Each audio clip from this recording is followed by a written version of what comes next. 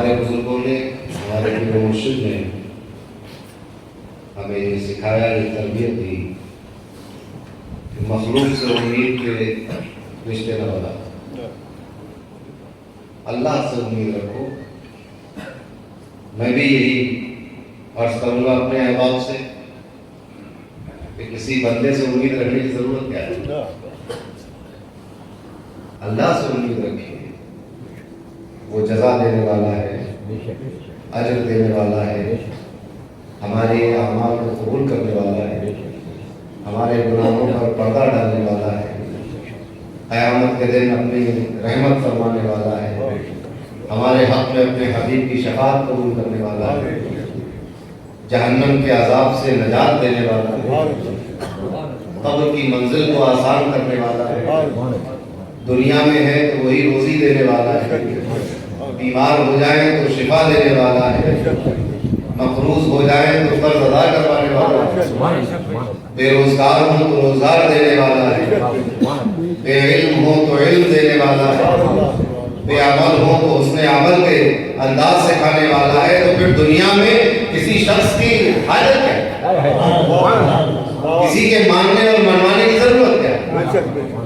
بس اسی کو دیکھیں کہ جس کی رضا جنت کی راہ میں ہے، جس کی ناراضگی جہنم میں لے جاتی ہے، اسی پہ نظر رکھے۔ اب اس پر نظر رکھنے کے لیے ضروری یہ ہے کہ اس کو تو کسی نے دیکھا نہیں، نہ اس کو کوئی جانتا ہے، نہ اس کو کوئی محسوس کر سکتا۔ کیسے پتا چلے گا کہ وہ راضی ہے؟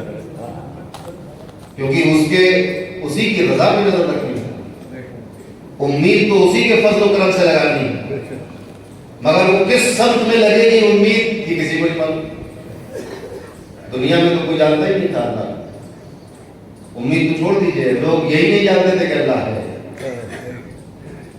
کیسے پتا چلے گا کہ وہ ہم سے راضی ہے، وہ ہم سے خوش ہے، وہ ہمیں حکم دے رہا ہے، وہ ہمیں منع کر رہا ہے؟ کیسے پتا چلے گا وہ ہم سے کیا چاہتا ہے؟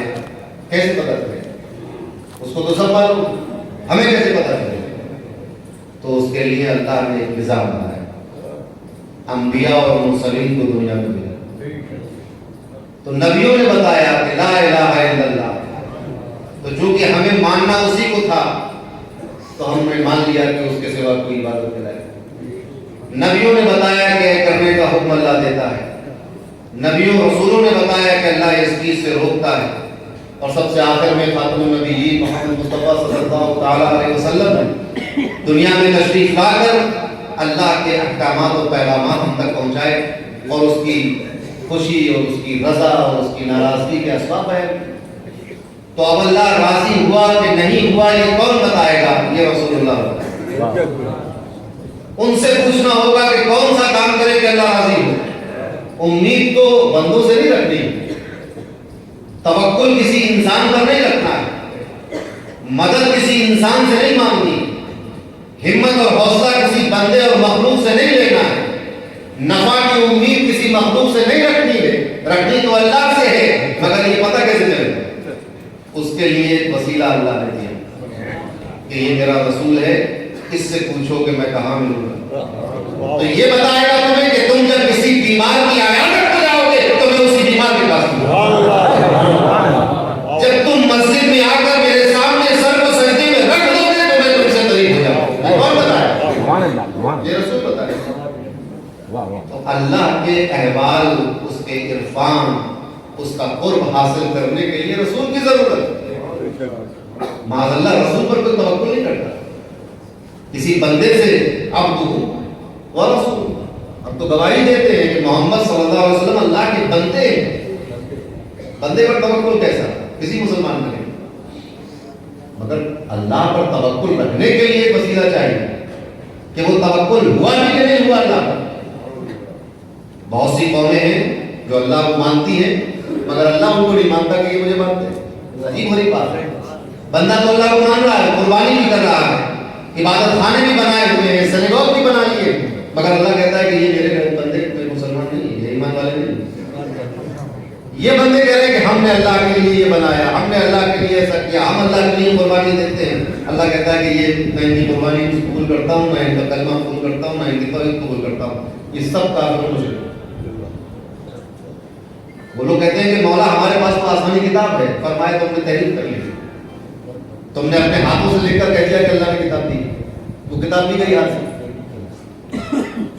تو رسول کا وسیلہ، اب رسول اللہ صلی اللہ علیہ وسلم نے بتایا کہ اللہ کہاں ملے گا، کیسے ملے گا، کیا کرنا ہے، کیا چاہتا ہے رب، یہ انہوں نے بتایا۔ تو امید اور بھروسہ اور توکل تو اللہ پہ رکھنا تھا اور اسی پر ہے، لیکن اس امید، بھروسے اور توکل کے لیے ضرورت پڑی رسول اللہ کی، تو وسیلے کے طور پر رسول ہوئی۔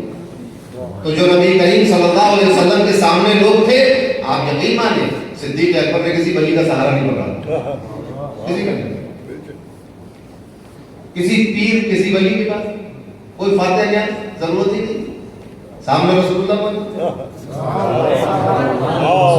مولا علی مشکل کشا نے کسی کا وسیلہ نہیں پکڑا، مگر جب رسول اللہ صلی اللہ علیہ وسلم نظروں سے اوجھل ہوئے تو سیدنا فاروق اعظم کو بھی حضرت عباس کا وسیلہ لینا پڑا۔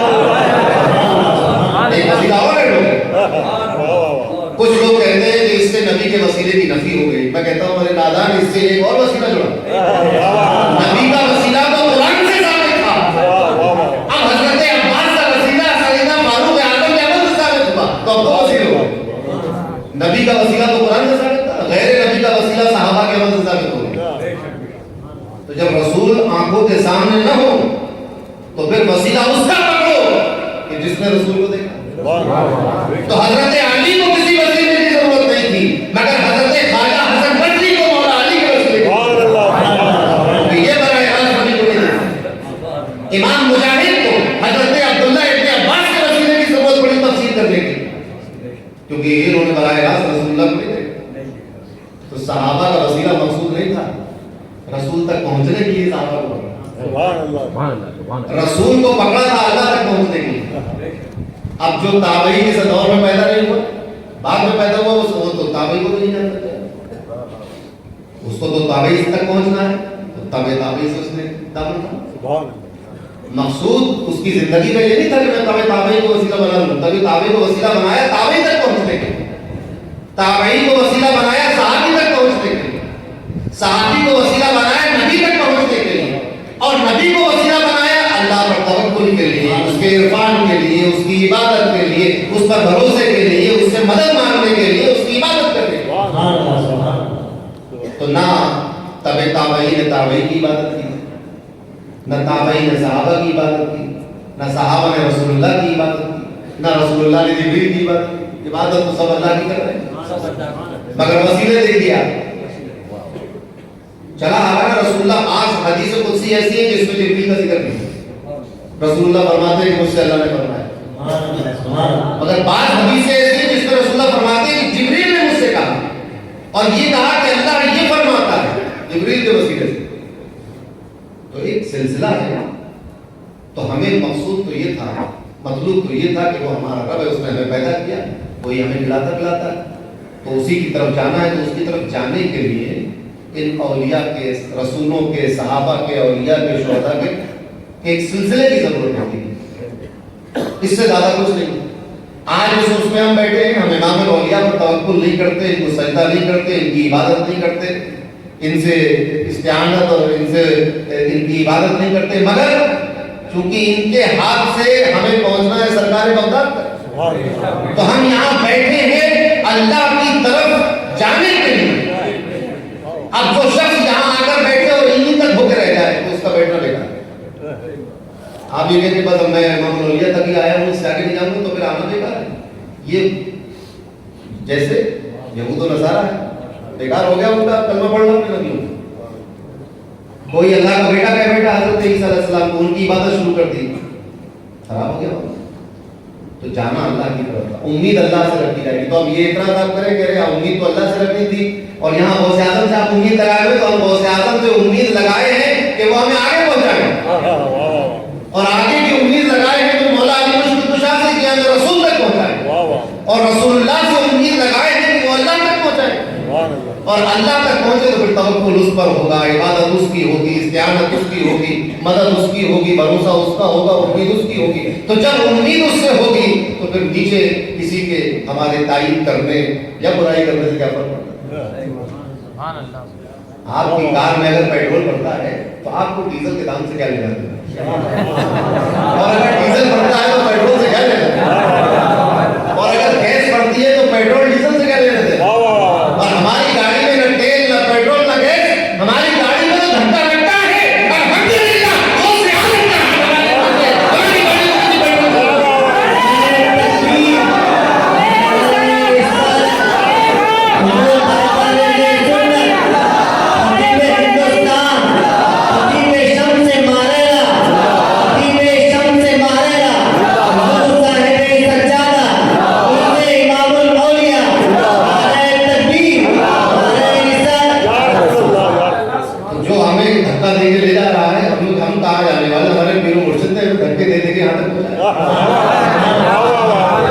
یہاں سے جس دن ٹھوکر لگی تو کار میں دکھائی دیں گے ہم، اور جس کو بغداد والے ٹھوکر مار کے مردہ ہو کے زندہ ہو جائے تو پھر بھی زندہ بیٹھے گے۔ بغداد سے ٹھوکر لگی تو مدینے میں دکھیں گے، اور جو مدینے پہنچا رسول اللہ صلی اللہ علیہ وسلم فرما رہے ہیں کہ من استطاع ان یموت بالمدینہ فلیفعل، من استطاع منکم ان ایسی کچھ ہے کہ جو تم میں سے استطاعت رکھتا مدینے پہنچ کے مدینے میں مر جائے تو اس کو چاہیے کہ وہ مر جائے۔ سبحان اللہ سبحان اللہ۔ من استطاع ان یموت بالمدینہ فلیفعل، کہہ رہا ہے کہ اس سے آگے مت جاؤ، نہیں مر جاؤ، یہاں تو مر جائے گا قیامت کے دن میں شفاعت کروں گا۔ الحمدللہ، تو لہذا کسی بندے پہ ہمارا کوئی بھروسہ ہے نہ کوئی امید۔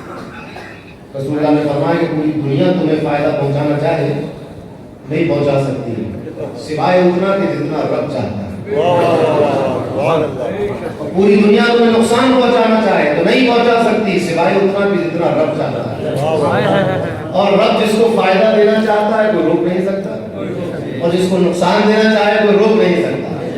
اسی لیے اہل اللہ کے پاس جب نعمتیں آتی ہیں تب بھی الحمدللہ، جب آزمائشیں مشکلیں آتی ہیں تب بھی الحمدللہ، ہر حال میں اللہ کا شکر ادا کرتے ہیں۔ کبھی کسی ولی کو بیماری سے آپ نے تڑپتے اور بے کل ہوتے ہوئے نہیں دیکھا، اس کو اس بات کی فکر نہیں ہوتی کہ ہے بیمار ہو گیا میرا کیا ہوگا، وہ جانتا ہے کہ بیماری میرے رب کی طرف سے ہے، اور جس جو محبوب ہو، جس کو آپ چاہتے ہو، جس کے اشاروں پر جینے اور مرنے کا تہیہ کر لیا ہو، تو وہ بھوکا رکھے یا پیاسا رکھے یا آسودہ رکھے، بے عزت کر دے کہ عزت بخش دے، ہر حال میں بندے کو راضی رہنا چاہیے۔ لہذا اپنے دل چھوٹا کرنے کی ضرورت نہیں، امید اللہ پر کی، بھروسہ اللہ پر۔ یہی ہمارے پیران سلسلہ کا جو ہم شجرہ پڑھتے ہیں اس کا مقصد کیا ہے؟ یہی مقصد ہے، یہ پورا شجرہ پڑھنے کے بعد بات ختم ہوتی ہے رسول اللہ پر، بالکل بالکل بالکل، اور اس کے بعد اللہ تبارک و تعالیٰ کا کی ذات کا مرتبہ ہے۔ لہذا اس کورس کا پیغام بھی یہی ہے کہ ہم اپنا تعلق اللہ سے مضبوط رکھیں، اسی لیے ہم اللہ کے ولیوں کے پاس آتے ہیں تاکہ ہمیں اللہ تک کی طرف جانے کا راستہ آسان ہو جائے، ہماری حفاظت ہو، اور یہ ہم اپنی مرضی سے نہیں کرتے۔ الحمدللہ اہل سنت و جماعت کا کوئی بھی مسلک اہل سنت و جماعت کا کوئی بھی عمل یا کوئی بھی عقیدہ یا کوئی بھی نظریہ کتاب و سنت کے خلاف نہیں۔